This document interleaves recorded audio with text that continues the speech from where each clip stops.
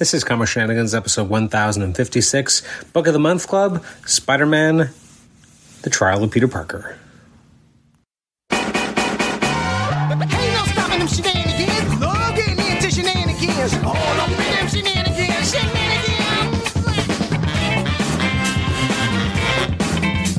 Shenanigans. Shenanigans. Shenanigans.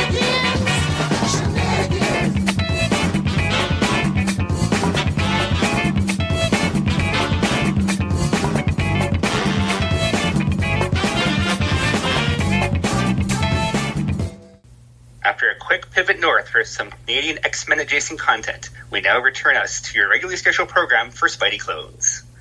Rolling out of the big ending in Mark of Cain, with Ben making the sacrifice get locked up so Peter can clear his name, that should set the stage for some fascinating stories. Also, symbiotes. In the 90s, we all love symbiotes, right? Ever wonder what King of Black would have sounded like in the 90s? And will the most burning question of the saga be answered? That being, will MJ ever get that baby bump? Do these issues drive the narrative, or are they just fluff to fill in the gaps? Adam will have some hard-hitting questions, and you better listen to find out. Comic Shenanigans presents to you the next chapter in our Spider-Man Clone Saga. Enjoy! Thank you so much, Paul Skorez. This is episode 1056. It's once again a Book of the Month Club. This time it's Spider-Man, The Trial of Peter Parker, for lack of a better word. But we have a lot of Spider content in this particular episode. I'm your host, Adam Chapman. I am joined, as always, by Paul Skorez, whose dulcet tones you just heard, and Nathan Struck, who has not yet made his presence known. Nate, make your presence known. Hello, my name is Nate. Excellently done.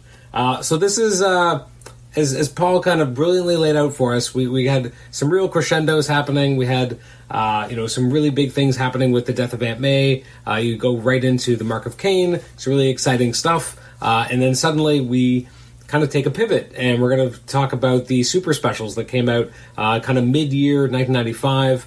They're kind of an odd duck. Actually, when I was looking at the chronology and looking when all these issues were published, there were super specials for each of the 4 Spider-Man titles and 1 for Venom. So we got 5 chapters total, and they are crazy. They're a big, crazy storyline. What I found craziest about it is that in timeline terms, it really can't exist. It doesn't really fit anywhere in the chronology, but when we start in the month we're starting here, is the same issue or same month that Amazing Spider-Man 402 comes out, which is one of the issues we'll be talking about today, but it actually runs all the way past what we're talking about today, because it runs actually right into the end of, I would call, the first era of the Clone Saga, which ends with Exiled and The Greatest Responsibility. So in these super specials we're going to talk about first, they're flip books. Now, for people may not know who aren't reading these books back then, these flip books, one side was the Planet of the Symbiote storyline, where you have Peter and Ben teaming up with Venom against a whole planet of the symbiotes invading Earth. And on the other side, we've got a Scarlet Spider story. We have a new version of the Lizard, who by the end of the Clone Saga is mercilessly removed, and we get a new, or a return to the actual Lizard that everyone likes instead of this weird other Lizard. But in the epics that we're talking about today, which is from the complete Clone Saga epics, they've taken these super specials and they've halved them. So you got the Planet of the Symbiote stories in the book 3. We have the Scarlet Spider stories in book 5, and most of the issues we're talking about today are in book 4. So we're kind of all over the place in terms of these actual epic collections.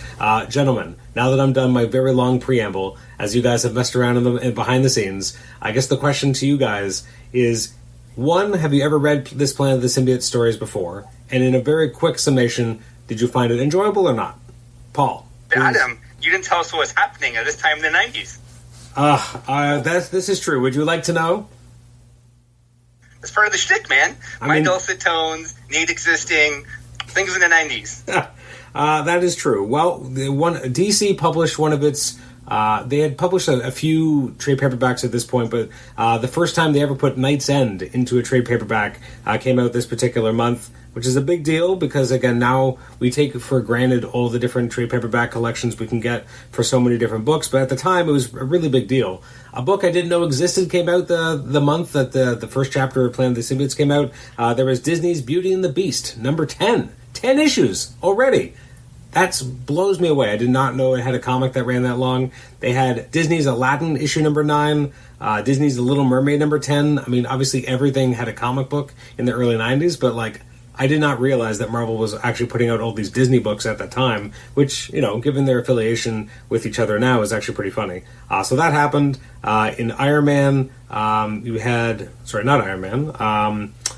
Superman-wise, you had the fall of Metropolis occurring, but probably biggest for all of us is the end of the Age of Apocalypse happens. You have X-Men Omega, issue number 1, which was a really big deal. It really kind of rewrote what you could do with major X-Men crossovers, probably for the worse, unfortunately, because it was really good, but the lessons learned were not necessarily the best ones. What marketing saw was, hey, if we take something like this and we go a little bit crazy, we can push out a lot of extra content, which is exactly what they did when Scarlet Spider takes over the books. When Peter leaves, instead of immediately getting Ben to be Spider-Man, he instead has to have a few months of everything getting relaunched as Web of Scarlet Spider and so on. So, unfortunately, the worst lessons that could possibly have been learned. Because it's also the last month of the Age of Apocalypse, one of my favorite issues of that era was X-Men number 4, where you have X-Men take out Sinister. Really fun issue. Really enjoyed it.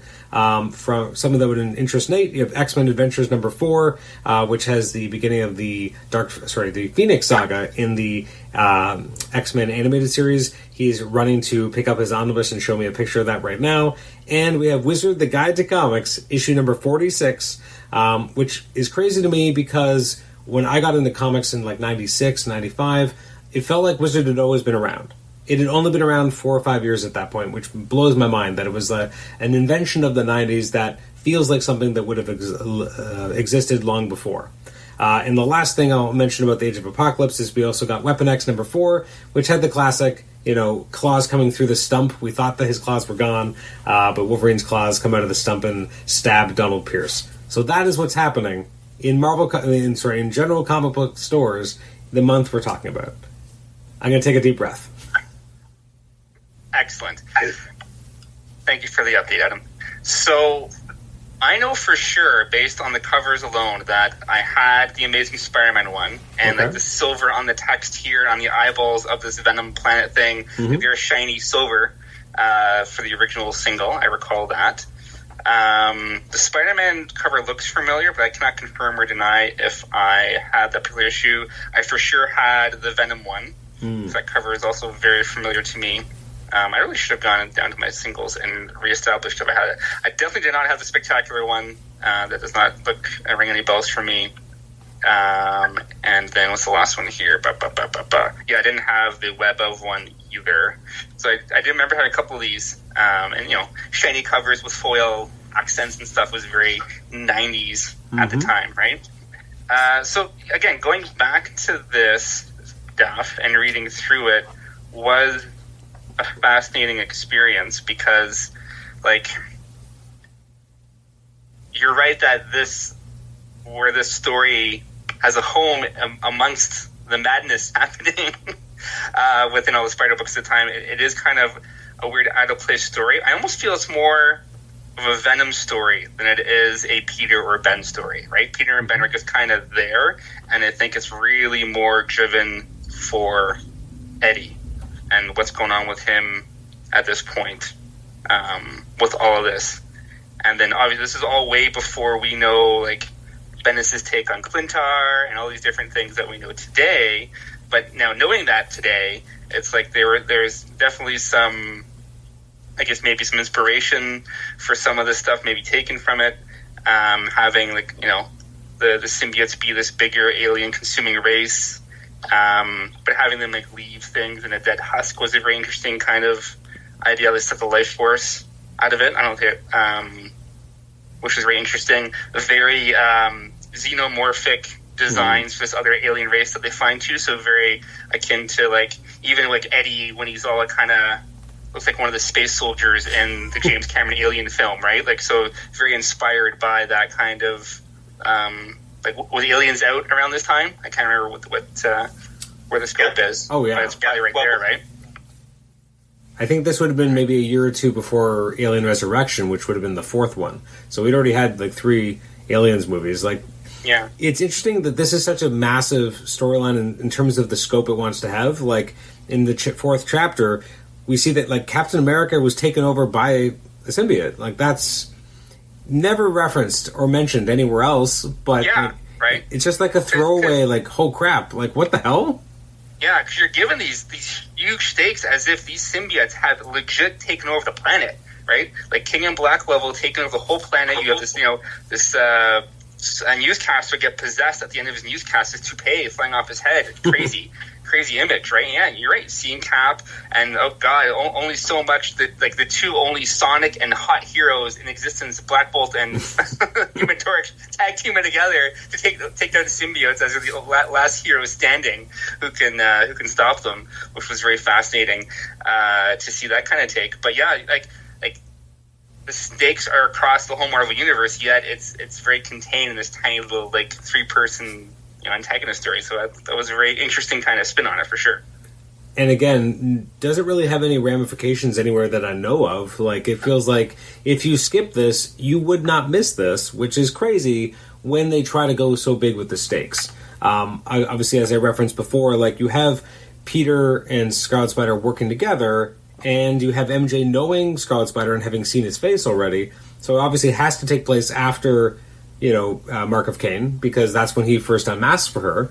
But even that doesn't really make sense because of the chronology there. So it doesn't really take place anywhere, but it doesn't, it's just kind of a fun lark. I was just telling Nate this about an hour or so ago, but like, I think as a kid, I only ever read the last chapter, and I feel like I got enough. Like, I knew what was happening enough, which I do say is to the testament of the writing by Michelini, is that I never felt like I really needed the other chapters, but I knew they existed. And it's interesting that you, Paul, seem to have had, 1, 2, or 3, or like some combination thereof, but didn't have chapters 4 or 5. I mean, obviously it didn't make a huge difference to you that you had to go out and hunt down those issues. Like, those issues were unread by you until this, until you did the reading for this. So it's interesting that they just kind of went by the wayside. More interesting to me that you own 3 of them and we're not aware of the flip book status, to me. Like, I thought that's kind of crazy, because like, I remember it because I remember it was a flip book. I had 2 stories in one. It was exciting. And, probably more exciting because I got the climactic chapters. I got the last, the end of the story, whereas the other ones were all kind of somewhere in the middle. Well, you got the best parts. You got when, the 3 heroes come on home to visit Mary Jane, and Peter's looking super sweet, getting out of the shower there. Yep. And then Venom, takes that apple just as, Mary Jane's about to bite into it, just the tongue just whips right in there and grabs that apple. Of course, how can you not be so satisfied with this issue? And the mega Devastator-sized carnage just wreaking havoc all over the city. Like, it's fabulous stuff for sure. What else do you need?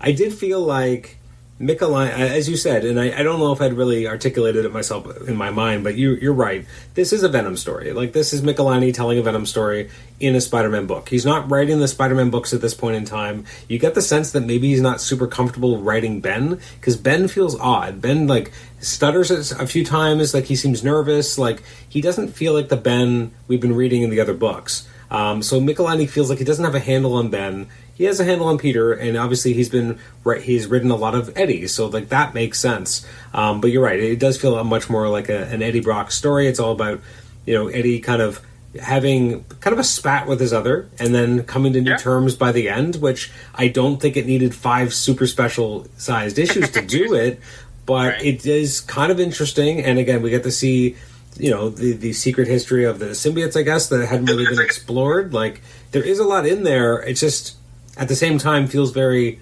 inconsequential, especially for Spider-Man. Like, I guess for Venom, I haven't read a lot of Venom's books. I'm curious, is this in any of the Venom Epic collections? I feel like it should and must be, right? Like, this material has to be in a Venom epic or about to be in a Venom epic, because it does feel like it probably does shepherd along his story. But again, Peter and Ben are just kind of along for the ride, and incidentally, so are we. Because it doesn't really matter to anything we've been reading about, except for these guys happen to show up. Yeah, and Peter just he's hanging upside down, trying to do some investigating, right? And Ben kind of shows up, hey, what's going on? And we're led to believe that it was like the symbiote as his hoodie, kind of leading Ben along as the, I guess, MacGuffin, for lack of a better term, to drive Ben into the story. Nate, we've kind of boxed you out of the conversation thus far. What are your thoughts here in terms of the writing by Michelini and the overall kind of enjoyment of the story? Yeah, I can agree with that assessment that Michelini is trying to find his feet with Ben. So it does read sometimes like it's earlier on in the storyline of the Clone Saga, and then also, of course, reads later because of the fact that MJ is kind of part of the team at one point, or they're all hanging out in the apartment together talking, and she's already met Ben. So in that regard, it's a little all over the place. But for the most part, once it gets going, like it is a bit too long in the tooth. Forgive that pun. Sorry about that. But 5 issues is too much. It probably would be fine of the tighter 3. But for the most part, I really like the art. I found Joe St. Pierre, who I don't really know from anything else, to be very, very loose. He's not maybe as tight as he might eventually be later on in his career. There's some of the panels have almost like nothing in the background, all that space. But when he has the time, or when he's putting the work in, a lot of just fun kinetic energy, great expressions with the masks of the 2 spiders underneath their mask, what they're portraying through that void of a face. And then I love the Kyle Hotz stuff, which, as Paul's already pointed out, very H.R. Geiger, xenomorphic kind of stuff. And there's a lot of psychosexual, psychoanalytical kind of like undertones to a lot of this, which of course goes hand in hand with like H.R. Geiger and the Alien universe. But yeah, like even the final issue, Paul also points out, there's like a lot of these sexy moments where Peter's just like drying off in front of MJ, and fantastic art in this last issue. Who's the artist here? Lytle. Don't know them again. Sorry? Lytle. Don't know their work from anywhere else, but the arts, even though the story is mostly just xenomorphs meet like a giant monster movie, like a Godzilla by the end, the arts made me enjoy a lot of this. This issue with the depictions of carnage, massive carnage, almost feels like some of the panels or the arts would suit like a Sandman issue. It's got this very nice deep blacks and almost inking that would be reminiscent somewhat of Sienkiewicz. And then the conversation in the apartment. I love this page right next to the one where Peter's drying off. Eddie Brock. This is like Eddie from the early days. I love this. Like in some of the early original Eddie Brock stories, how the symbiote manifests is not uniform, and so him bleeding almost black ink from the eyes, and then almost like shooting this kind of green gunk out of his mouth while his kind of kiss-like tongue extends and shoots out of his mouth. Like it's a horror comic, and Kyle Hotz is a horror artist, and then you get a lot of these great horror images in the 5th issue. So for what it's worth, even though the story is very thin on content, I had fun with it. Again, like all this body horror towards the end that I'm showing to the boys here, of like Eddie being kind of almost torn in half with the symbiote. This is like The Thing. This is stuff from John Carpenter's The Thing. So really, really fun art. And I like this so much that I would even keep my eyes open to find if I could find original art from that particular issue, just because I like it so much. So that, for me, is enough to make me happy to have read these. To answer your earlier question, Adam, I didn't own any of these as a youth. I had read these when I was reading through this collection for the first time, and this is my second read through. I do think, you're right. I mean, a lot of the art is kind of the reason to read it. I mean, the story is okay, as you said, it's kind of thin, but it does have a charm to it because it's not necessarily trying to take itself too seriously either. Like, it is a romp. They're suddenly in space, like they're cracking jokes about it. Like it definitely has that style to it. I love the Kyle Hott stuff particularly. I thought it was really creepy but really interesting. The only thing that kind of bugged me, it was in general the inconsistency of how Eddie Brock was drawn. Like, it varies wildly. Like, even his hair, it's like long, it's short. He's muscle bound. Suddenly in the 5th issue, he's like much thinner. Like, I didn't feel like any of the artists talked to each other, which is probably correct. But the editors could have given them more direction. Yeah, like there's that mullet right in the first issue where it's very, very strong. Where he does, and then you're right. It's cut off in the next issue, which is fine. But like, show us, or at least it just didn't feel like it was the same model at all. And I feel like having a space marine with long hair, so it makes sense for him to cut it when he gets on it. Yeah, when he went to space, he had to cut it. But I feel like just having a model sheet being presented to these guys would have helped. And for the most part, like, once he's in costume, it's fairly consistent. It's just, I don't think they understood how to really draw Brock without it. So we have wildly, varying versions of that. That was the only thing that kind of bumped me when I was reading. It was like, I just wish there was a consistency. That's fair. 90s comics. So, do we have any semblance throughout any of this? They talk about it constantly. MJ's pregnant, right? Mm-hmm. And we continually see her to be, super gorgeous, super slim. Like, there's I guess just before the invasion happened, she's in this Manhattan gym in this very provocative kind of 90s workout outfit, just pumping iron, So, like, what pregnant woman does this, regardless of her status as a model or whatever? Very intriguing to have, like, such extreme... Like, were they afraid to make her look frumpy and fat as a pregnant person to take away from her sexuality during this time, do we think? I mean, probably, but I think it's more they probably just didn't really think about it. And, like, some artists definitely drew her that way in a more noticeable way, but especially at the beginning, I don't think they did. Like, even if you go back to the Mark of Cain that we read, I don't think she looks particularly different there either. Like, I don't think they've started adapting how she's drawn yet. But you're right, some of the sexuality of these other issues is more kind of like, it's weird. Like, it's a weird choice to, why have her in these places doing these things when it doesn't really fit that character? And then you have a shot of her, like, trying out maternity clothes, but again, not looking like she's really should be there at all. Like, it's just a very interesting choice, but again, that's the problem with, a lot of the art, art on female characters, which still happens to today, but probably less prevalent now, that at the time everyone was super sexualized and it's just the way it was. So even though someone was pregnant, they never really looked it. Like, I don't even, going back to the 60s and 70s, I'm not sure how pregnant Invisible Woman ever looked before she had her kid. Like, I'd have to go back and check, but I'm sure she wasn't, accurately pregnant. I think she was probably comic book pregnant. Right. Yeah, by the same token, women can certainly look beautiful and gorgeous while pregnant. I don't know how far along MJ is here, but I think that's not really the issue at hand here. I think it's mostly just the desire for artists to sexualize MJ and draw her any way they want, regardless of whatever the editors may have told them, because it would sell the books better, I guess. Any last thoughts about... Sorry, go ahead, Paul.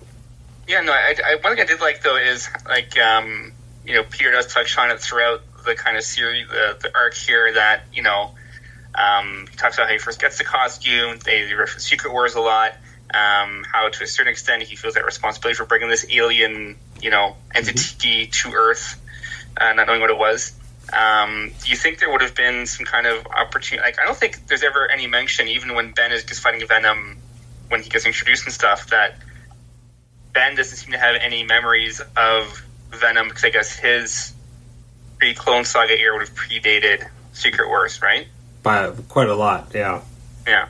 Like by about 100 issues, actually, because he showed up in Amazing Spider-Man 149, and the costume shows up around 252. So it's been about 100 issues. So yeah, he wouldn't have any connection to it, which is, I mean, obviously in story is the reason why his spider sense works, I guess, because the symbiote didn't get attuned to him and be able to kind of mute it. So that was always the thing that bugged me on the schoolyard, and people were like, "Oh, Scarlet Spider, he beat Venom." And I'm like, "Yeah, but he can use his spider sense. It's kind of a big deal." Like, Peter doesn't get that. Like, that's kind of a big advantage.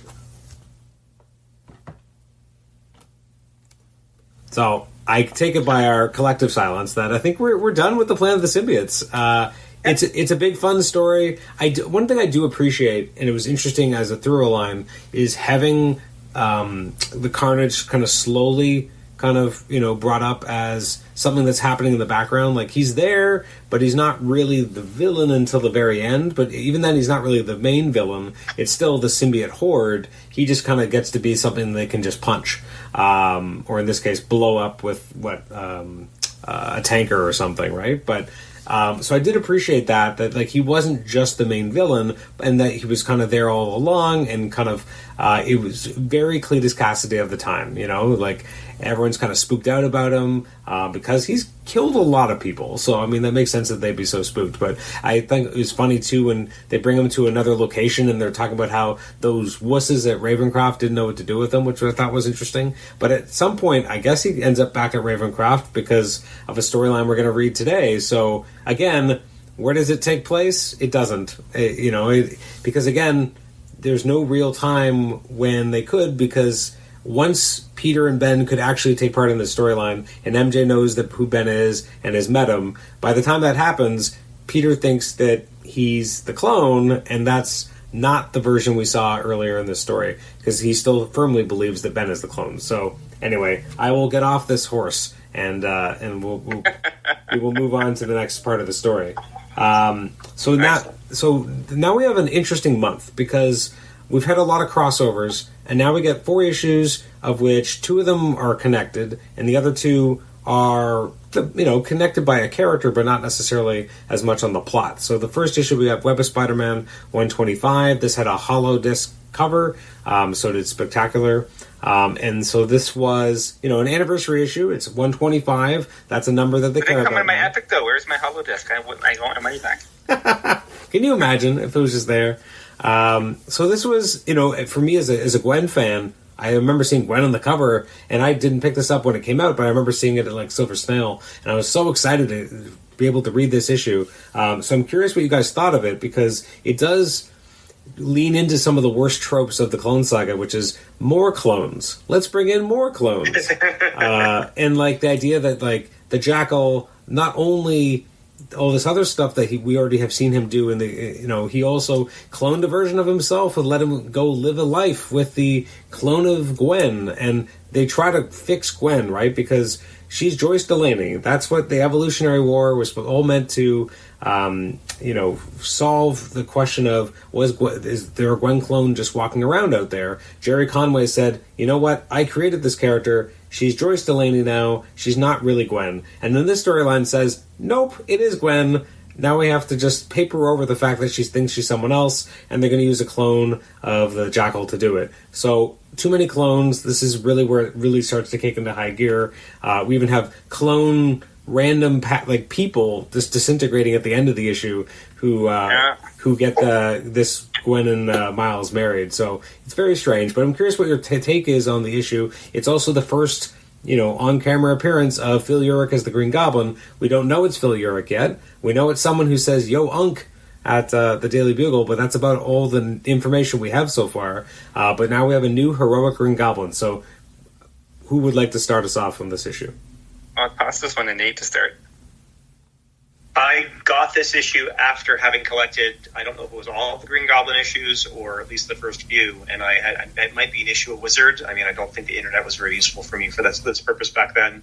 I had learned this was the first appearance of Phil, so I went and picked this up. So I don't think I have it anymore, but this was my collection for a long time. So this is the first time I read it since I bought it back in the 90s. So I remembered very little of it, except for the fact that, of course, Gwen is in it.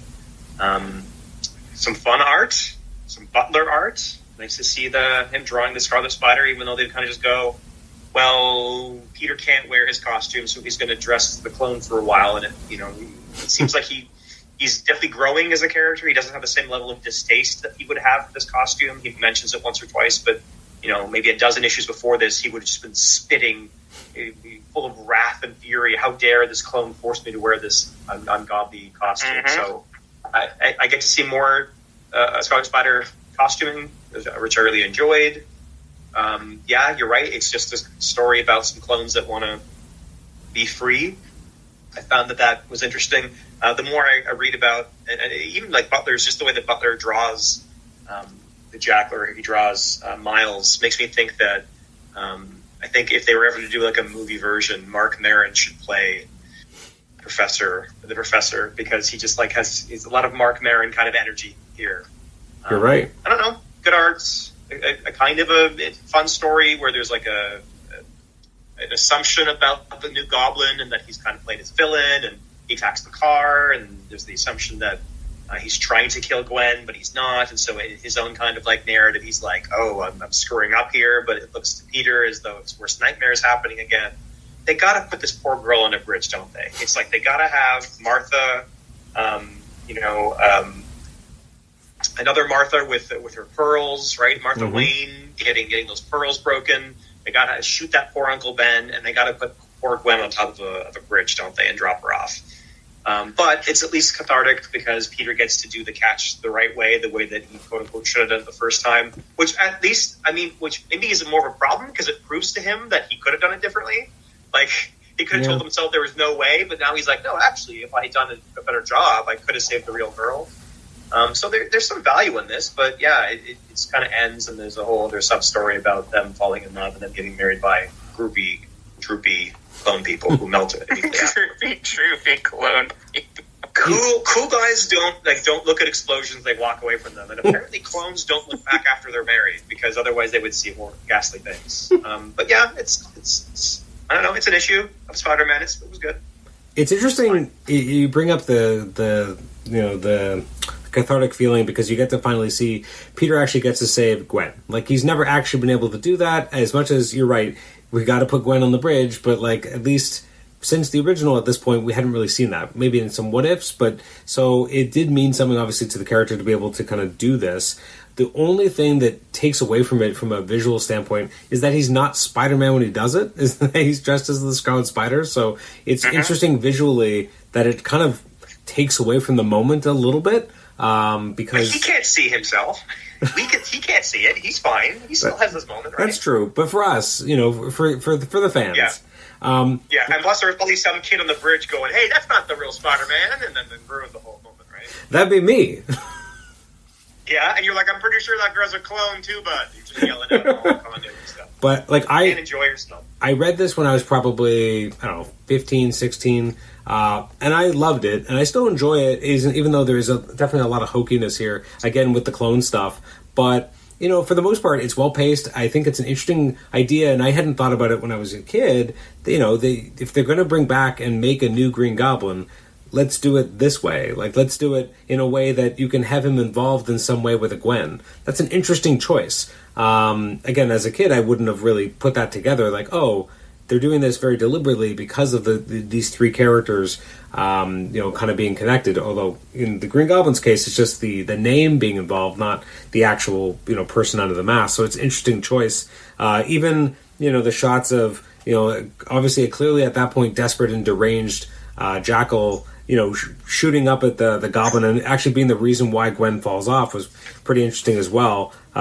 This is, I think, one of not the first time, we've already started to see it, but they really like showing how quickly clones degenerate. And, like, is it after they die? Like, is this guy die and then he becomes mush? Was he going to be mush anyway? Like, that's something we see, obviously, later with Ben Reilly, is that he dies and immediately is dust. And not just mush, but like literally dust, just blows away in the wind. Yeah. Marvel's like, we're done.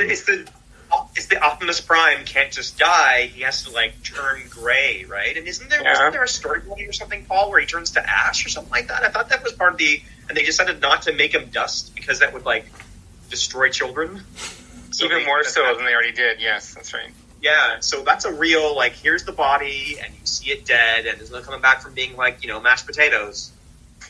So I guess that's the choice. I also really like this 2-page. It's too bad it's only 2 pages of MJ and Black Cat. I like them whenever they kind of have a moment together and get to kind of be friends and they share a hug and Felicia's supportive of her. That would be nice to see more of that. But yeah, we get a nice splash page and she goes on this quest. I'll go find him for you, and you never see her again. Nope. What? Some say she's still out there looking for the real Spider-Man. maybe there's a payoff in Volume 6. I don't know, but it's bizarre that. Did MJ even tell her that, like, oh, by the way, Peter's wearing the Scarlet Spider costume right now? Like, is she looking? That's why she can't find him. Is she looking for the webs? That's a good question. You're right. They never really come back to that. It is nice to see them together, and at this point, I'm trying to remember. I don't know if they've ever really had a nice relationship at this point. Like, she would show up often in the early, during the Michelini and I guess McFarlane and Larson stuff, and she was just like dating Flash Thompson to get back at Peter, and she was very catty at that point. During Maximum Carnage, I don't think she ever saw MJ at that point, but obviously the relationship with Peter was much better at that point. So I don't know when they became quote unquote friends, but you're right. I do love these two pages. I think because Butler makes them both look great. Like, they look fantastic. The hair whipping in the wind, like, there's just something about, he really nails... Big 90s hair. Love to see the big 90s hair. And you know how I love a conversation on a building, Adam. So, big hair on a building, wind, this is the greatest. Next time at your place, I'm just going to be, like, hanging out, and I'm just going to jump like this. What? No. You can come out to the balcony, and we can put big wigs on, and we can have a conversation. That's fine. No jumping. No, he'll be fine. He'll do another random Jewish traveler power, jump off and become a bird. Or a cloud of smoke. Oh, that's true. Whatever. There's nothing Judas Traveler can do. He has every power in comics history. He's just everything. Okay. Yeah. Any last thoughts about this Web of Spider-Man issue? It's a fun little anniversary issue. Yeah, it's not bad. I mean, I wasn't disappointed when I bought it back in the day, so... If you want to be disappointed, you should read the next two issues. We got Amazing Spider-Man 402, as well as... I did read these. I was disappointed. As well as Spider-Man 59. I think the best part of both the issues is probably the covers, especially the Spider-Man cover by Tom Lyle, which is a fantastic image. But the issue inside is just not great.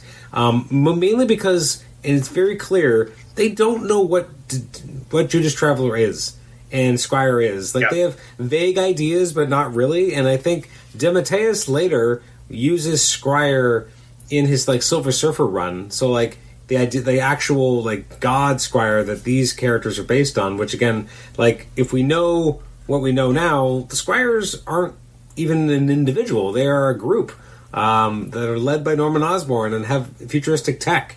But we don't get any semblance of anything like that here. And Judas Traveler is just out to lunch. But I think that's part of what ruins these stories for me, is that I don't feel there's any real stakes because I don't understand who Judas Traveler is. They keep trying to say he's walked the world for so long and he's dedicated to the idea of good and evil. But whenever he's on page, and here especially, it reminds me that he's not a Spider-Man character. He was first introduced in Spider-Man, but he's not a grounded character. He's not a street-level character. He belongs in a different book. He belongs in a Doctor Strange book, as presented here. He does not belong with Peter. So these two issues are strong. The current background on him, correct me if I get this wrong, is that he's a mutant who has the power to alter the story of a comic book. I mean... Is that right? He controls stories. He's a meta character. He's literally just a meta-textual character who's I can control storylines. I mean, I don't think it was ever positioned as such.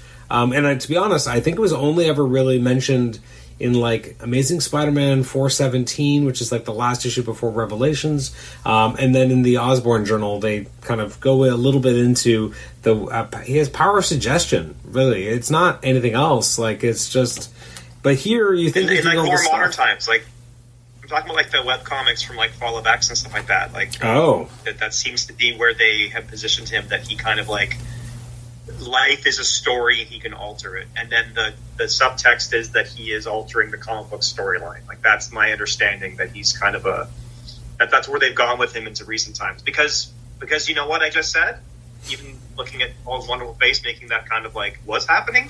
That fit, sure. That fits with this. Why not? Okay, sure. Yeah, he's great. He's very much like Saint Germain, the mythological character Saint Germain, the Wanderer, or Gilgamesh, the Wanderer, or the Wandering Jew. Any of these stories, any of these myths of people who've been wandering the world for years, for centuries, and has some kind of ancient knowledge, or is trying to gain. He's an alchemist. Saint Germain's an alchemist, right? Which alchemy is all about breaking down the walls between heaven and earth and trying to like turn humans into angels and get the knowledge of God. And that's basically what gets laid out here by him. He's like, well, I want to understand the true nature of good and evil, and I want to. It just makes connections and allusions to like, yeah, and I want to basically understand the power of heaven. So it's just like Saint Germain, but they dressed him kind of like, I don't know, a cowboy in a drag show. Like he's really a weird costume. Well, he's got 90s grunge. Yeah, it's definitely got a grunge, but there's definitely a lot of camp in there, right? So it's very campy and almost looks like an old Mark Bagley, actually. If you age up Mark Bagley with that beautiful mustache of his and grow out his hair, yeah, I could see it. It was fun seeing draw him. I'm like, is this the future you? Are you going on a fun little, Joel Schumacher kind of dance video as Saint Germain? I don't know. It's a lot of elements combined together, and it's more of just kind of a porridge that at any given time can serve any number of uses. And in these stories, it serves no value to me. I agree with you. I don't really care. The Mark Bagley art is nice. Changing into a bird, he's Air Razor, I guess. All right, like he's why not? When you need a ladybug, you're just traveler. So it's just whatever. It's just let your imagination run wild by the writer, and this guy can just legit do anything you want him to do at any given moment. Like he composes himself as a puff of smoke, and he can break time and space, and he can send you to the future and rip the past, and Peter can save him by grabbing his ankle and pulling him down from a portal. It's like it feels like there's no rules. What is happening here, and why is this happening? Right? Like it's such like guys just stall for 2 months and just do something for these couple of issues. Like it's funny. Like in issue, what is it? The Spider-Man issue. It's 59, is it? Mm-hmm. Yeah, 59. And this is done by when Mackie writes this, right? And it's like the third page in. Yeah, and Peter in this Scarlet Spidey costume is like just giving you the quick synopsis of where we are today, right? So my clone comes back from the dead because Mary Jane's no longer going to be a dad, and then Mr. Cry, and then Kane shows up, and Kane says MJ, then clones, then the Jackal, then clones, then the Scarlet Spider switches places with me, and Mary Jane, and now this. Like, it's exactly, like, the mess of this thought bubble is exactly where like, point A to point B at this point, because it's like, there's no cohesiveness in this chapter of the books. I know we're leading up to Maximum Clonage and whatever that's going to be, which I can't remember at all from my previous read, and you have pre-texted many times at him. It's not a good time. But it's like they're very lost in this kind of phase of it. I don't know if they're still deciding, like, are we going longer with this, shorter with this? I don't know if is Bob still the editor at this point, Mr. Buddy? Yeah, he is. So I don't know. He's still trying to figure some shit out on his end. So yeah, there's a very strange phase that we're in. Like, you're right. With Peter wearing the Scarlet Spider costumes, okay, we got to keep this costume going, so we'll let Peter wear it for a bit. And thankfully, he does revert back to his webs as we get into the trial piece. But yeah, really bizarre 2 issues. Emily, when I started reading this, as part of the homework, and go, oh, Judas, I gotta get through this as fast as possible because I'm just not feeling what this guy's doing, and just like the ridiculousness. And then of course it comes back in the trial later on we're going to touch on too. It's like, oh my god, get this guy out of here. But at least that felt better, at least, like, because you know why, at least as much as it still felt Nate's like no, he was like Q, he comes in now, now I'm going to take you where Carnage is now your lawyer, and I'll get out of here. What is this nonsense? For sure it's not great, but I think it still felt like it had maybe a better sense of stakes and self than this, because this was 2 issues of like what the future holds and all this like gobbledygook and Aunt May's soul and what would you give it up and like that. It just felt only Sinister knows what the future holds. Yeah, I know. It just it just felt pretty awful. It wasn't great, and even Lyle's art, I don't know what.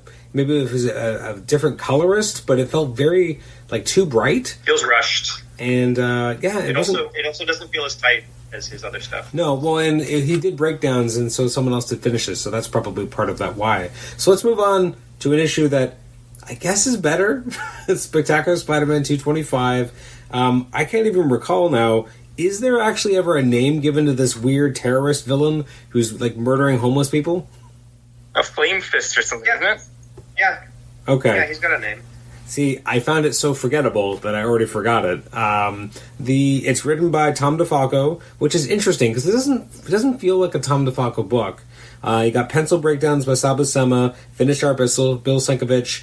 You know how I feel about that generally. I do like some of the shadow work that Sienkiewicz does. I do find it's usually his. I think what the problem is that when he does people, they're over-rendered, over-emotions. Like, there's shots of, like, MJ, where she's, like, so many furrows in her brow, and she looks so angry, and I'm just like, what is happening? But sometimes, when he has characters in costume, it actually looks a lot better. Like, his Spider-Man works more often than not, although I would say this Green Goblin does not really look as much like the Green Goblin we just got in the same month. Partially because of the shadows. I don't think maybe McDaniel hadn't fully designed it yet. I don't know if which kind of came first, or if McDaniel even designed it at all, now that I think about it, or if he just did kind of the main book. But it was very over-rendered at times, very dark, very moody, but it's, an issue about a guy going around killing homeless people, and then there's your classic misunderstanding between the new Green Goblin and Spider-Man. I did like one of the opening pages where you have Peter at Harry's grave saying, like, the Goblin's back, Harry, like, talking to him. I thought that was kind of an interesting beat, so that I kind of liked. But there's a lot of mess here. It also made me wonder, because I don't know the answer to this question.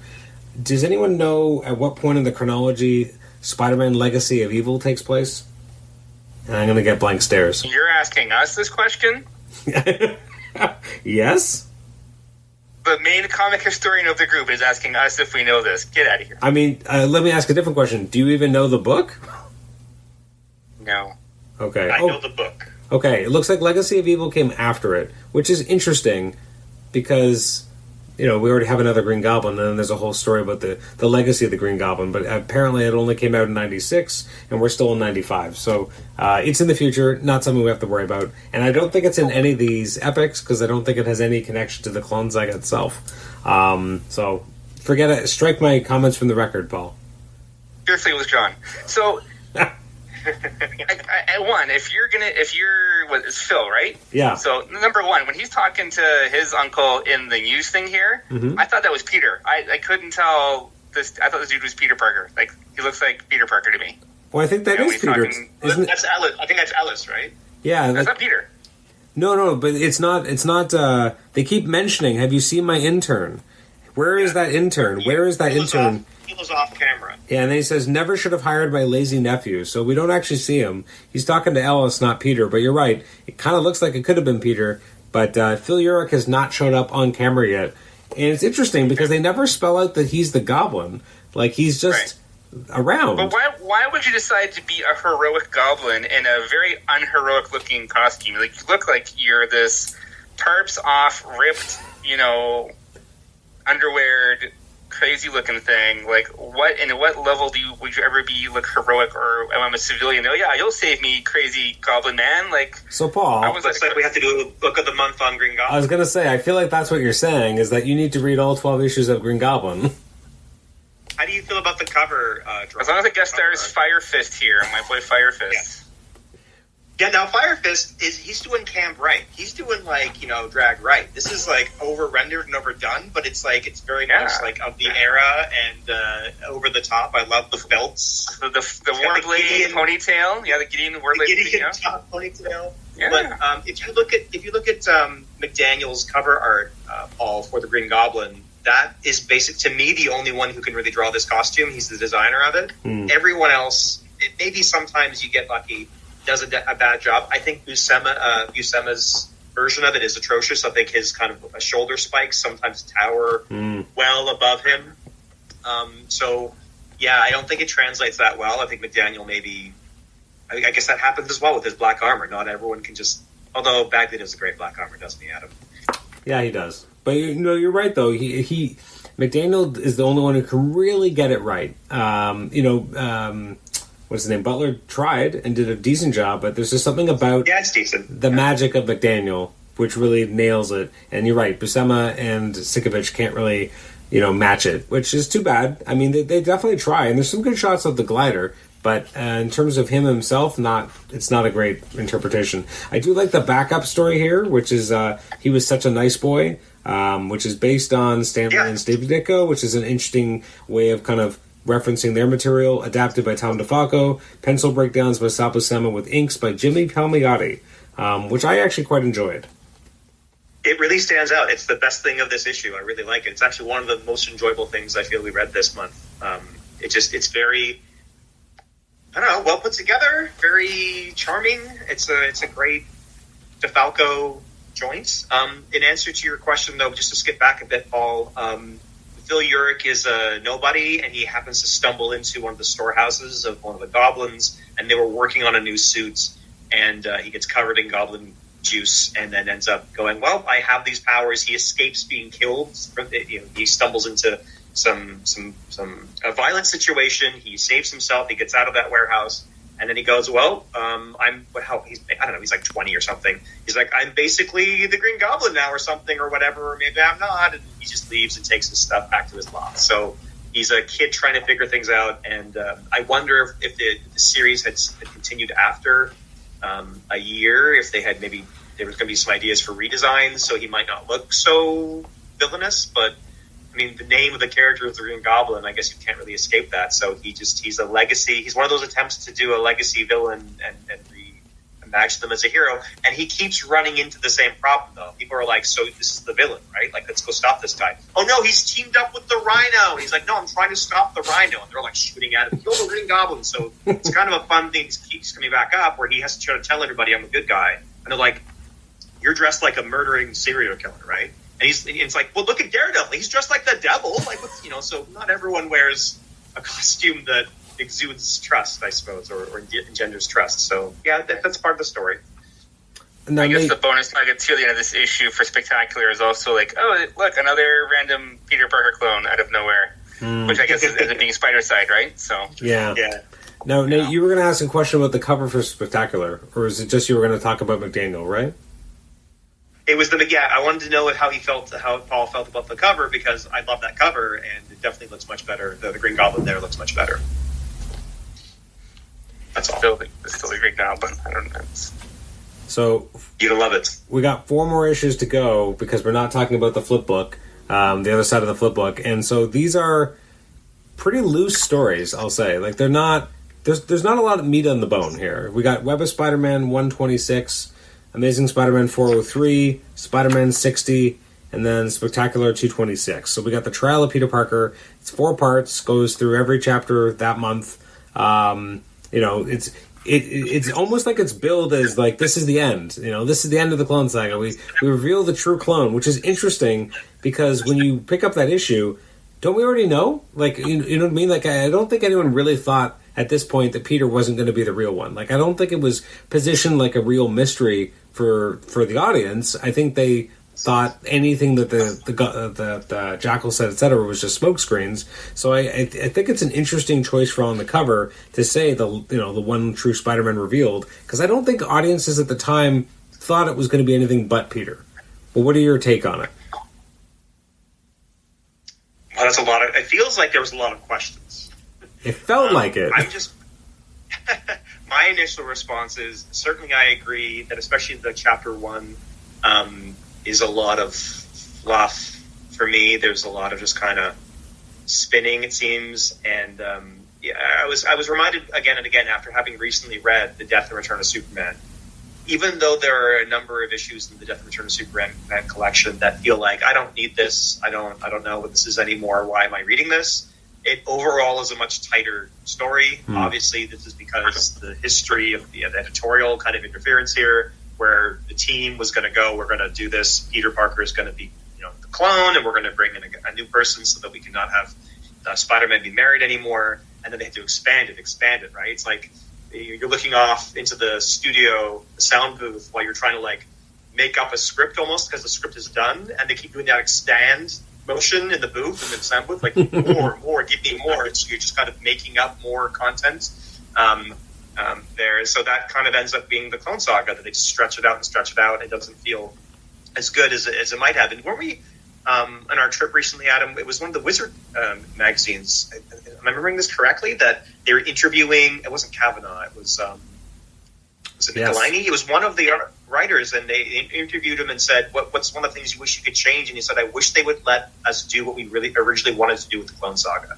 including ending it where we wanted to end it, right? Not having us draw it out." Am I remembering that correct? You are. I think who was that? I think it was Kavanaugh. It was the Spider-Man Writers on Spider-Man book that I purchased in Orlando. Oh, that's what it was. Okay, yeah. So that I kept coming back to my mind because of how much gluttony there is here of just kind of spinning our wheels and people in courtrooms. Peter's his defense attorney is atrocious. Is it dipstick? Such a dipstick. Oh my god. Just terrible, yeah. That's the best Jameson could afford? Where's Matt Murdock? So. I know, what's going on here? He's dead. Okay, where's Jen Walters? Oh, yeah. Yeah, Jen would be good. That's a good... Well, we have a Jen Walters. We have the Striker. Striker is here. She's the almost She-Hulk. Stunner. Around trying to kill Stunner. Sorry, Stunner. It's all the same. Well, it's like really don't know anything. It's funny because it's like there's this weird cycle of, okay, so we hadn't used Judas in a while. Let's shoehorn him in here because Peter, as Scarlet Spider, spends no time trying to clear his name. Right, and then now turns around, now he's swinging through the streets back in his webs, and Kane, out of absolutely nowhere, during his leisurely afternoon swing across the city, boom, here I am, and they duke it out, and they crash into the studio with these ballerinas and shit, and then, you have these opening statements by these lawyers, which was, okay, cool, and then they're just beating the crap out of each other. I gotta drag you to this courtroom so you can prove the innocence, and you have, the scarred policeman, and Stunner wants her revenge of Otto Octavius from 17 issues ago that comes into play, and it's, all this just happenstance, and then people start vanishing for no apparent reason. It's what is everyone vanishes? So, Paul... Stunner, too, she's people don't just vanish, and she's vanish, everyone vanishes. There's a lot to unpack here. So, first of all... So this is the only one not here is Vanisher. So this issue, the first issue, which is the web issue, you got a nice cover by John Romita Jr. You got it's written by Todd DeZago. You got Roy Burdine, who I've never heard of before, on pencils, which I think shows that I've never heard of him because it's not great. It's very loose. You got Emberlin and Hudson doing their best to kind of pull it together with the inks. It's interesting you mention all the kind of subplots. In theory, that's what should make this work. The fact that we've seen, us get to this point where finally it's the actual trial. We know that Stunner is out for revenge. We've seen that for a while. We saw her working with Jacob Raven. In theory, these elements should coalesce nicely. But in practice, you're right. It doesn't. You have the weird cheesecake shots of Stunner not even looking as cheesecake somehow, but just looking poorly drawn and just standing there. And you're right, all the different characters disappearing in the thin air. It feels like it's ready to be a grounded adventure, and then it does something weird and shitty for real no reason. You don't need the Spider-Man on trial by his enemies. It adds nothing. It doesn't need to be here. We could just be in the Peter stuff. That's actually interesting. And having Peter trying to bring Kane in and be able to show what actually was happening and have Kane, I guess, confess is more interesting. Why we got this other issue for no reason is very odd. The thing that always stuck out to me was funny is that Peter, I guess Kane does it, but Kane takes off his mask and shows that he's Peter, right? And then no one ever touches his mask again. No one tries. Yeah. He gets arrested. They take him into custody and don't identify him. They just start asking him questions. They interrogate him and don't start with, "What is your name?" Right? And they don't look at his face because they don't get his costume off. I guess which they could have written around too. He doesn't really look like Peter. They could have just gone you told us that you replaced your fingerprints, and you got a giant scar on your face, and you got long hair, and so and Peter's known for being the everyman. He's an average guy. One of the points about him, he would disappear into a crowd and no one would know. So the fact that someone has on one side of their face might be reminiscent of a white guy in New York, it wouldn't really scream, "Hey, this is Spider-Man." So they could have just done it, and he just makes a fake name, or he's Kane is my name. What's your real name? Kane. And they can't get past that part, but take the mask off, right? Yeah, it's weird too because I know it's 95, but they can't check dental records. They can't take DNA of any kind, any blood samples. anything that comes out of Kane. They don't have time for any of that. They got to get this random nobody who no one's ever heard of to tell them a bunch of things and make declarations that they can't verify, so they can have another kangaroo circus of a courtroom where they talk about evidence and never present any. Yeah. Now, so my favorite part in this trial issue, 403, Amazing Spider-Man 403, great art, of course, by Bagley, as always, is, okay, so you have to keep in mind, of course, that Kane's been going around the city just Markham Caning everybody, right? Like, Stop him next, Markham Caning, yeah? Yeah, that's the reason why the detective goes, you know what, I'm on your side here, Scarlet Spider, who apparently is also Peter Parker, but I don't know that. We gotta let him go. You're right. Apparently that's not enough information for him to go to, like, I don't know, the district attorney and say, yeah, there's someone still going around marking up caning everybody. Like, there's a hot dog vendor who, like, didn't have the right change, so he got marked up cane. Like, the killer's still out there. So that was, like, number one, why we should let Ben go. Like, we don't have enough to go on. Even the defense attorney says, like, this is circumstantial evidence at best. There's no hard evidence linking him besides these fingerprints, which, again, apparently is circumstantial. Okay, so in this trial, I love it. So Chris Cassidy is the prosecutor, and they have this dialogue, and just, I love out of nowhere, just like the insane wanton violence. So now Cassidy is being questioned by Kane, and he says, I know something of your life, Cassidy. Isn't it true? All of this is character evidence too, by the way. They're all just like slamming each other's character. Like, no, there's no crime. There's no, like, it's like at one point they call Mary, this is a different issue now. They call Mary Jane to the stand. The prosecution calls Mary Jane to the stand, who is the wife of the accused. And they say, isn't there some point where no one can account for Peter's whereabouts? And she's like, kind of, not really. And they're like, well, what was he doing? Was he murdering someone? And she's like, no. And they're like, no further questions.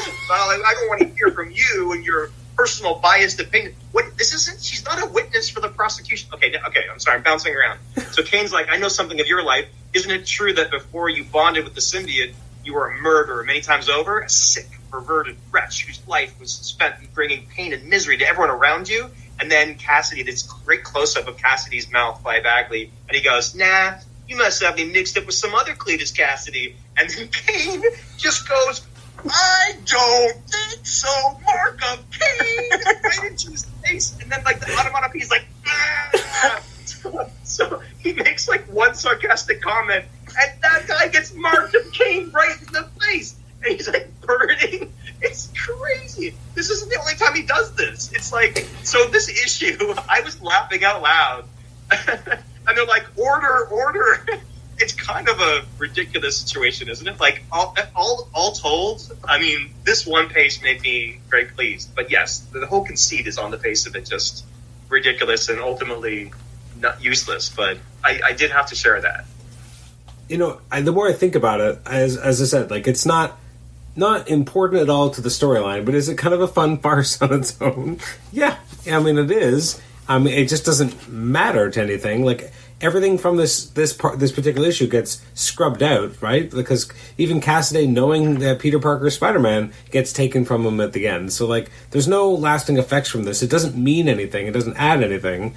But it has beautiful Bagley art. He does some really good work here, and the cover's definitely eye-catching, so there's a lot of fun stuff here. But really, you just get right back to where we were last issue with, we end off with, Stunner once again having Kane. So, okay. It does foreshadow, though, Spider-Man 60, right? Where at the end, Kane comes in, he's all like, oh, I'm going to confess. And then he grabs the prosecutor, and then he throws him on the table, and he's like, I'm going to mark of Kane this guy. And he marks of Kane the table and his death. So I just appreciate that on almost every appearance of him. And I love that. He's the best. He goes, if it is proof you require, physical evidence of the murder, by the way, like, not, right, okay, but he's not going to give that. Now that I have removed my glove, here is evidence! And he slams the table, and I love that he just declares for the state of New York, and this is evidence, and he burns the table with his hand and screams the word evidence. Like, that's incredible. I think if I could get an original page of Kane screaming evidence, I might pay at least $100 for that. That'd be great. So if anyone knows the artist there, don't flip the table anymore. Mark of Kane the table. That's the new kind of. Oh, man, yeah, that's how we should greet each other. We should greet each other with a Mark of Kane. So maybe this will be a Tom Lyle page that wouldn't cost me an arm and a leg, because it's like, no one would want this, right? There's no Spider-Man here. Mark Payne on a table? No, all day. No, I guess Spidey's in the lower corner, so maybe it would cost me more. Have I just opted too much of this podcast now with my love of his wrestling move? This is a wrestling move. This is an Undertaker move, you know? Well, first of all, I'm glad you enjoyed that as much as you did, because that is pretty epic. Yeah, it's, as we said before, it's more Tom Lyle work that doesn't feel like Tom Lyle. Like, I don't know what's happening with Tom Lyle at this point. You have Hannah and Rubenstein are both doing finishes, so you have two different inkers, so that's probably adding a certain level of inconsistency there. You got, I don't know if Tinsley did the colors before, but I'm noticing the colors more now, being such of a lighter palette than we saw it before, because his issues were usually like, you know, kind of moody, but like really strong visuals, and I'm not getting that from Lyle here. Although I hope you can get that page someday of Kane, Mark of Kane, the I'm gonna take you back. I love this thunder dismount off the roof. It's perfect 10. Look at this amazing flip and everything. Give me that, Eric. There you go. The thing I have a problem with in this issue is page 2. Can you two help me with page 2? Because at the bottom of page 2, Peter gets hit real hard by Stunner, and then he's flipping into... Is this him flipping feet first into a building and then blowing it up? Or is he being punched through the building and then flipping through? I kept looking at this panel. You're right. Like, usually Lyle's pretty easy to command. I couldn't understand what the action was here.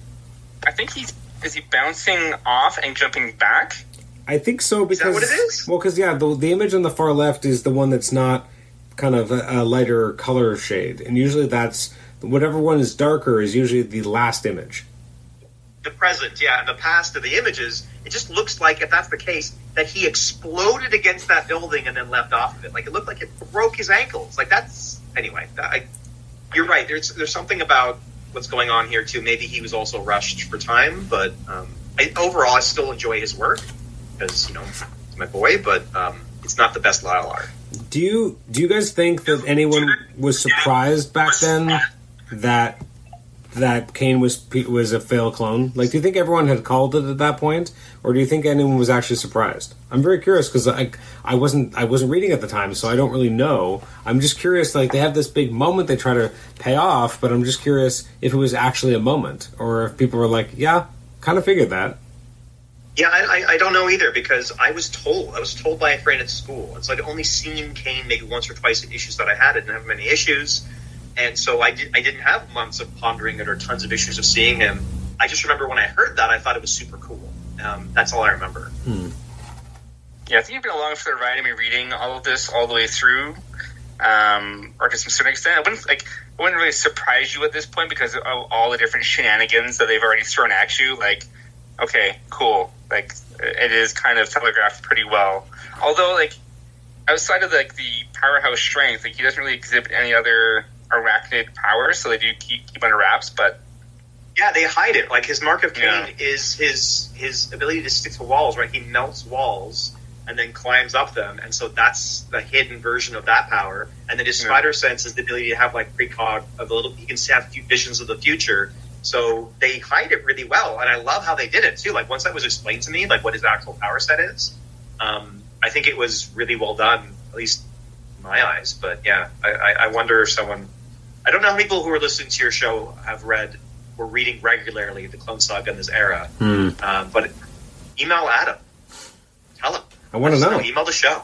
Yeah. So it's interesting that like the third chapter feels like in a lot of ways like this is the moment they wanted to actually build to in terms of the actual trial part, because you have, you know, that great moment with Kane and his evidence, and then immediately is this like, is evidence. This is all evidence is. This is what evidence is. Forget documentary evidence. I don't care about witness testimony. This is mother effing evidence. Slam the table. But like, he does that, and immediately is like, I'm gonna go kill Ben. Like, it's just like, okay. And then so we get this next issue, which is such a weird one. With again, Buscema and Sienkiewicz are working together. Tom DeFalco's writing it.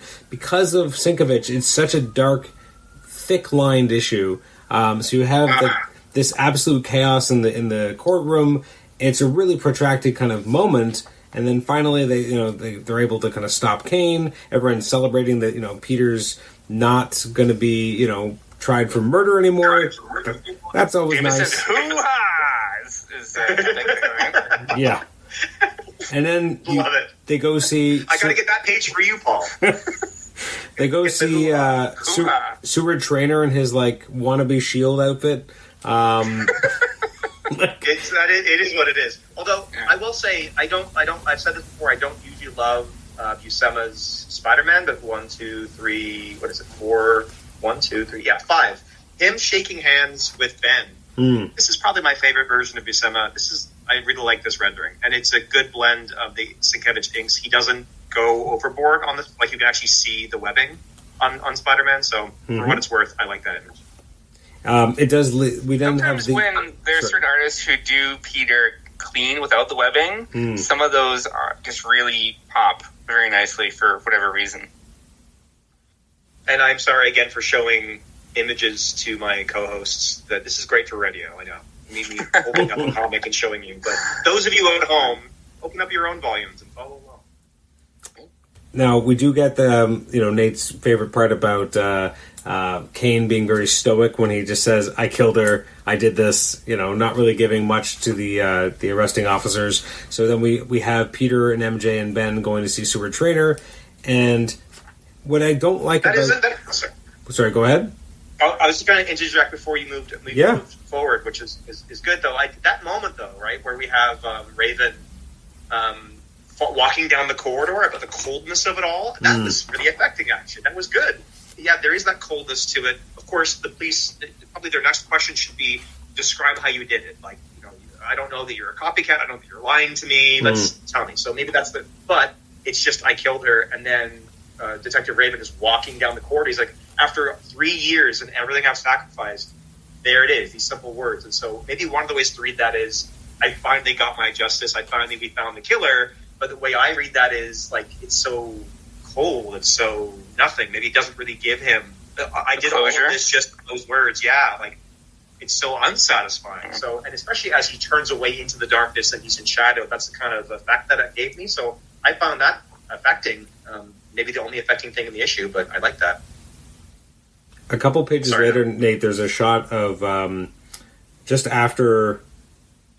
Oh, hold on. Yeah, I guess it's Ben in the Spider-Man costume when he kind of comes in on Peter and MJ, and it's just that shot of him somewhat in shadow, and you just kind of see that the cowl's kind of pulled down. I really like that shot. I thought that was an interesting, because you don't usually have the kind of mask down, but still see kind of where the fabric would be around his neck. So I kind of like that.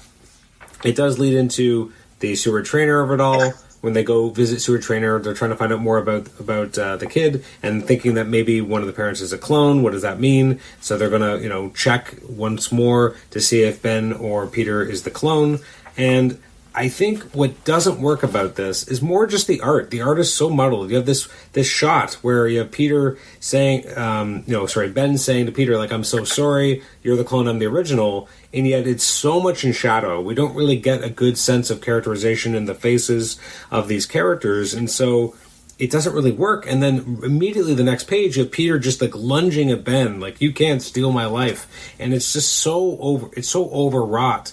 And I think that's what people think of when they think of this clone saga. They think of the overwroughtness of it all, and the parts we made fun of in the previous chapters where who am I? I'm nothing. I'm a shadow of a man. Yeah. And we make fun of that stuff, and then in here, this is kind of why, because you have the art that's really leaning into it too heavy, and you just have these two characters going at it. You have MJ, being kind of knocked away in a very Hank Pym kind of way, but no one treats it the same. But he definitely swats her pretty bad, and even the shot right after he does it, that's awful. The tight shot of Peter's face and the horror on his face, it's legitimately kind of disturbing. But I just feel like the art, it was trying too hard. I think the story was there. It didn't need to go this dark with the inks, etc., and it was just muddy. And I've always felt that. Yeah, a lot of these arcs finishing on spectacular with this art is frustrating, for one. Two, they've done such good work building the brotherhood and the peace between Peter and Ben up to this point. Like, they'd made real progress over the who the fuck is who portion, and then you see them revert back to this. You're doing science pros together here too. Yeah, on this page, right? Nice They're montage of the science pros.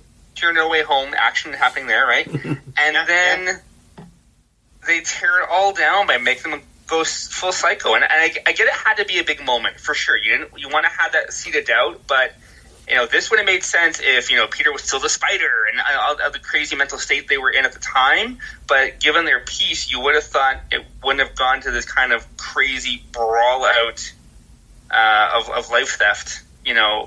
Now at this point in the story, the way they've developed it since the beginning. So that kind of, I don't buy this. That's what I'm trying to say.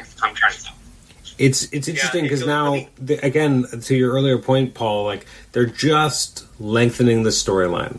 So it's like, oh, now we have a wedge between these characters. Now they have to go through maximum clonage together, and then maybe they'll start to, figure things out. And it's just like, well, maybe this could have been the end if they'd have paced it differently and maybe written it with a more mature characterization in mind. But this felt very kind of easy in some ways and lazy to immediately make Peter like a kind of just like a petulant child. Like, instead of thinking about this, and like, if you think about it, the idea of, finding out that everything you knew was a lie is pretty big. That's a lot of good stuff could be mined here. Instead, he instantly goes like just crazy. He just kind of goes nuts and just starts hitting people. Tantrum. Yeah, and it takes away his agency as a character, because I feel like, well, you're not letting the character actually feel the moment. You're just playing up these tendencies because we're at a comic and we can just have people lunging at each other and punching each other because we can, and we have like a classic Sabu Semo, big punch here, but like, it doesn't feel earned. It just feels like, well, this was easy. Yeah, and I already we've spoken to this in previous episodes or previous book clubs, that I don't like Peter, of course, when he's the Spider. I don't think you're really supposed to, but the way he treats MJ is really rough, and I don't think their marriage particularly recovers from that. They don't have enough good times together, at least on the page, for me to kind of go, okay, well, they've worked through this and they're close again, or they're friends. And most of the time, they're just doing heavy drama and yelling and arguing, and he's disappearing, or he's not informing her. He's not leaving notes for her. She doesn't know if he's alive or dead. He shuts her out still, and she reminds him, like, I thought this Spider thing, when you were just the Spider, is over, and it's like, you're doing it again. And then we get this, right? Like, he hits her. So I really don't like Peter, and maybe that's their point. And if their point is to make us dislike Peter, and then so they can go off into the sunset together, and Ben Riley comes in, they're going to build him up. Okay, but then if I don't love this couple, though, if I'm worried about MJ's safety, or the fact that she's like going to start smoking a pack of cigarettes like every day because she's just so depressed and full of anxiety, that's not a good off in the sunset either. It should be like they work things out and they're happy. So this is, I agree, it's a cheap kind of way of creating drama in a way that I think does a disservice to the characters and makes me dislike Peter even more. It's interesting because I will say MJ in the next couple of storylines gets a few moments where she kind of gets to have more agency and kind of do stuff more and be a little bit more proactive on her own. And in Time Bomb, she definitely she's able to kind of bring the storyline to a close. And again, this is stuff we haven't gotten to yet, and we'll get to in future episodes. But she starts to be able to kind of do a little bit more and have more agency on it, and kind of talk Peter down and be more of a participant, which is, again, at this point, I don't think she gets to do much of. It's really just fretting about the baby. Like, that's an easy trope to fall into. Oh, she's pregnant. Well, something has to go wrong because it's a soap opera, so it has to be because of his gamma-radiated blood, and she's upset about it but doesn't vocalize it necessarily. But everything is about the baby now, and everything is about that relation to Peter. That is a rough moment where she says, all because of your irradiated blood. Yeah. That, maybe ruined. And that, there's levels there, too. There's layers there about someone going well, in your family history, you have X, Y, or Z, and I'm worried that's going to come into our baby. And now we've had some early tests, and it's curse you, curse your DNA, curse your genes, which, if there are people who have kind of lived with that anxiety or felt like they're to blame for something they passed on to their kid, that's really dark and heavy. But at least MJ is expressing maybe a real human fear or concern there, and that's nice. It makes her seem more human, but really, really tough to take. But then Peter really doesn't even get a chance to respond to that. They're off to the next punching sequence of punches. So I wish there was a bit more balance there. Storytelling. It is interesting in these storylines that we've read. Ben really doesn't get a lot of moments to shine at all. Like, he's in prison, he's just standing there taking it while there's a trial. He's not a participant in anything. He doesn't really get to. He's very passive as a character because that's where they put him in this mode of the story. Even in the Planet of the Symbiotes, he's second fiddle to Peter. They portray him as just being more rusty or more green.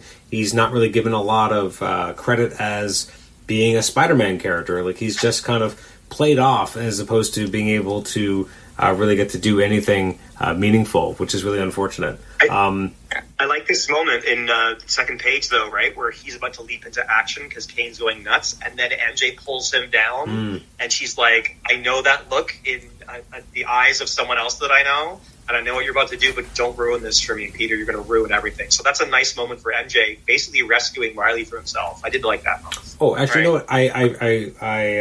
I did forget one thing that actually was a nice moment with Ben was when MJ goes to visit him in prison because she has no one else to talk to. Yeah. So she's talking to him, and he's actually being really helpful, and he's kind of telling her what Peter needs to be telling her, but he's just not around to do it. So we have Ben kind of stepping in and being able to still play that role. That was a really nice moment because, again, up until this moment, we haven't had a lot of good interactions between her and Ben. I mean, the first one was right after her husband was arrested, so not exactly setting a good foundation for a relationship. So it's nice to be able to have this moment. She's got no one else to turn to. He's got no one else to talk to either. So being able to have them kind of come together and forge something as friends was kind of a nice touch. So I was wrong. There's at least one nice thing with Ben.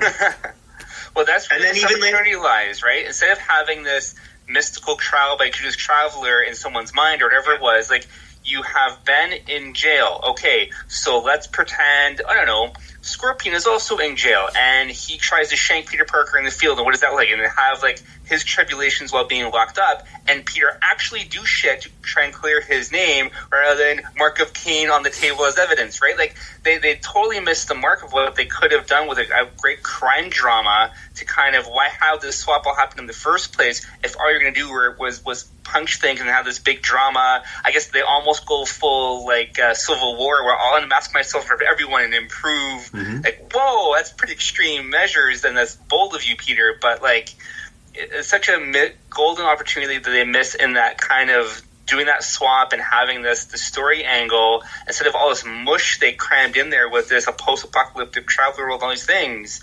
You could have had a classic kind of crime drama in between it all. It would have made more sense.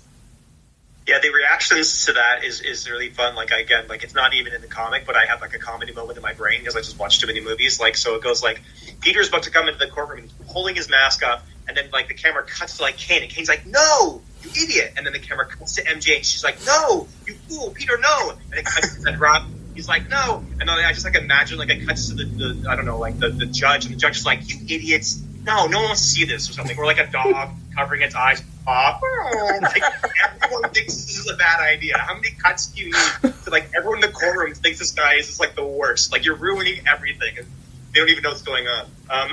But when I was thinking about, too, when you're talking about Riley moments, especially with MJ, is there's that scene after they get out of the courtroom, and then Riley has to pretend that he's Peter, and so they actually go into their brownstone together, and they're like, he's holding her, like, they're kind of in each other's arms, and they're kind of, like, doing this, like, this fake kind of for the camera thing.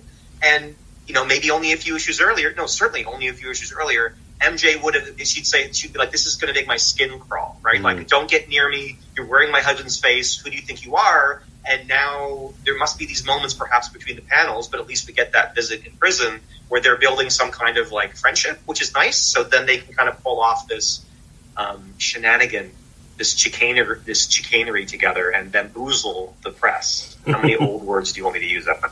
I mean, I loved every minute of it. Okay. So one of them was a nod to your show, so I wonder if you can guess which word that was. It was comics. So at this point, so we have, you know, we still have, it's fascinating. We're so many, like, months into the Clone Saga, right? But we're still not near the end, like, in terms of, not even the end. I mean the middle. Like, I think of the middle, to me, as always being, like, when Ben finally becomes Spider-Man. Like, that's, to me, the middle of this kind of era. and we're still not there, because we still have months to go, because we have Maximum Clonage, we have Exiled, and then there's the horrible period where it's just Scarlet Spider books and Peter's gone. Like, there's so much content still to come. Are you feeling exhausted by the Clone Saga, or how are you guys feeling about it overall? As we it's starting to feel like we're trudging, right? Because the first few, months were exciting because they're setting up all these ideas for stories. There was a lot more, I think, energy to the book. And now I think we're starting to feel the energy on the page wane. The art isn't always up to snuff, or the writing feels a little lazy. So I'm curious what your feelings are as we kind of close out yet another of these episodes. I know you love Spider-Side, Adam. I don't. I hate this costume. They show us the costume. Jackal's like, hey, I got this awful thing for you to wear. He's like, really, for me? So I'm not looking forward to that. I mean, which doesn't make sense. He doesn't wear a costume. His body, morphs. It doesn't make sense. The comic books, just don't like that. It's 1990s AliExpress. It was on sale. It's there. It's on sale. The boots are two very Astro Boy Mega Man that he has as well. I don't know. That doesn't really work here. It's kind of this manga aesthetic that they just kind of... I don't know. Do we know who designed the Spider-Side costume? Who designed it? I don't know. I'd have to look it up. Something to look into. Every time the Jackal appears on page, I hate him. All of his jokes are horrible, and the references are stupid. And I guess they're like, we're writing this for the teens, for the kids. They'll like this pop culture kind of guy. The mask is big. When was the mask released? It just feels like he's doing Jim Carrey most of the time. So either Ace Ventura or the mask or whatever was out when this was written. So I'm feeling a bit of that slog. Although to me, I do see the Clone Saga like these volumes that once Ben becomes Spider-Man, it's no longer as much about all the smoke and mirrors. Again, this reference to a storyline, and it's more about let's build his character, let's build his supporting cast, let's make him likable. And he's just going on adventures more, right? So that I feel is certainly there's something to be said that is a Clone Saga era. But to me, I think once we get through volume 5, right? That's the last volume we have after we finish this one. Yeah.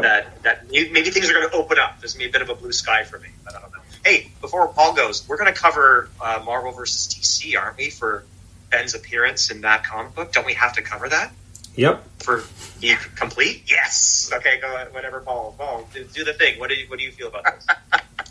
Yeah, I will admit reading this portion of the saga was a bit of a drain. It wasn't super enjoyable. Like, there are some pieces here, but it was very confusing. It seemed very heavy-handed. It seemed like you were just running in circles, chasing your tails a bit. Like, what's the point? Where are we going with this?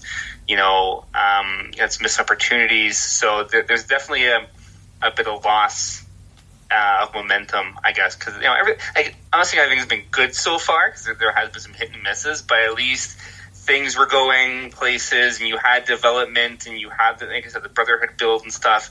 So I liked where it was going. But yeah, there it has been some repetition between all 4 book covering things, and you've had some pivots, and this book's about Ben, this book's about Peter, and so you've seen things happen, and you've seen the series grow. But this definitely is a roadblock for this chapter. So again, I don't remember Maximum Clonage very well. We'll see where that leads us. But it's similar to Nate. Looking forward to Ben putting on the webs, as much as I would still love the Scarlet Spider getup, but the better content may lie in those stories.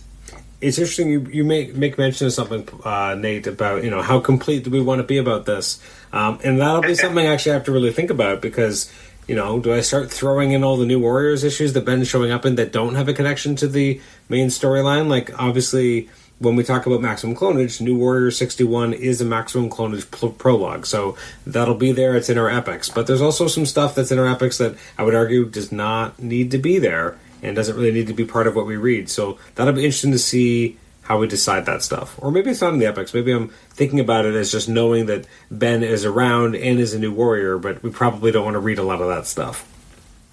Yeah, and we don't necessarily have to cover in our Clone Saga book clubs the Marvel versus DC stuff, because we're going to just do that anyway, right? Like, that's happening anyway, right? I don't think you could stop me. Yeah, we're going to get Paul to read it. Have you read all the Amalgam stuff, Paul? Like all the Amalgam stuff? Yeah. Well, at least the first wave. Did he read Marvel vs. DC? Yeah, I read. Yeah, that obviously. I remember. Obviously, Darkclaw I read, and maybe Super Soldier, Spider Boy, like a handful, not every single thing, obviously, but. I'm going to hand you an omnibus. A big chunk. Yeah, I know. Yeah. We're going to get that for you soon. Lay it on my lap. Sure. Okay, well, this was fun. A lot of interesting stuff. I'm curious what you guys' take will be on... Well, it's particularly Nate because wanting to see how Ben Reilly's storyline kind of unfolds and him having other characters that are kind of in his orbit. The flip book from the Super Special does do that and does more things with Gabrielle Greer, who was the character we were previously introduced to. Although I guess she ends up sleeping with this other character, and Ben does not seem happy about it. But I'm curious what you think of it, Nate, when we get to that point. And then we also get to do Maximum Clonage, which is its own fresh type of hell. So that's going to be an interesting one for us to actually break down because it's so all over the place. It's got art that really bounces all over the place as well. It's very bloated. So many clones. Like, it's just so much. It definitely lives up to the name of its title, Maximum Clonage. I don't think you could have more. And it's... it's something, but again, it feels like a storyline that they just kind of shoved together that didn't need to be there either. Like I feel like where we ended here with Ben finding out he's the real boy should have been a bigger moment and more of a climactic moment, and I'm just bummed that it wasn't.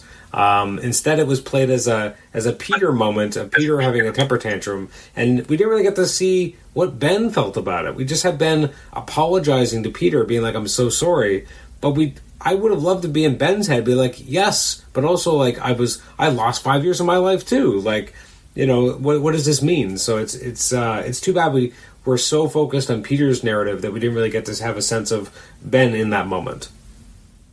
I knew when I looked in my apartment and you were making it with MJ, that was my MJ. You owe me 5 years of your life and you owe me one wife. That would be awful. That'd be like old school 100 years ago style, like legal parameters with women as property. Thank goodness we're past that. But yeah, the MJ moment of her getting hit and then still like crying, and she's crying in the corner, that is evocative and drawn effectively of her. And then her husband's just attacked her, although maybe she's like, he didn't mean it. And then he runs off into the night, rather than turning around and saying sorry or comforting her, seeing if she's okay. It's a really bad moment for Peter and a really bad moment for MJ. And it's quite a way to end this. Unless you two want to talk about the lizard stuff that you've already read from the flip book. I mean, Paul doesn't want to, and I want to make you read it. So.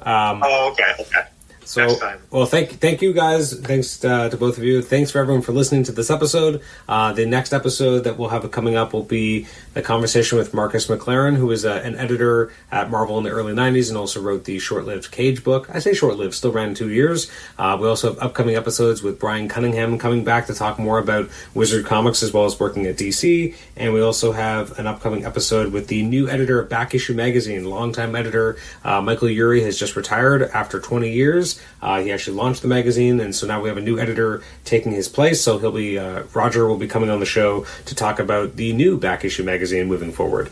So thanks again for listening. You can email us at comicshenanigans@gmail.com, rate the show on Apple Podcasts, listen to us on Apple Podcasts, and also listen to us on Spotify. Thanks so much, and we'll see you next month. Bye-bye. Toodaloo.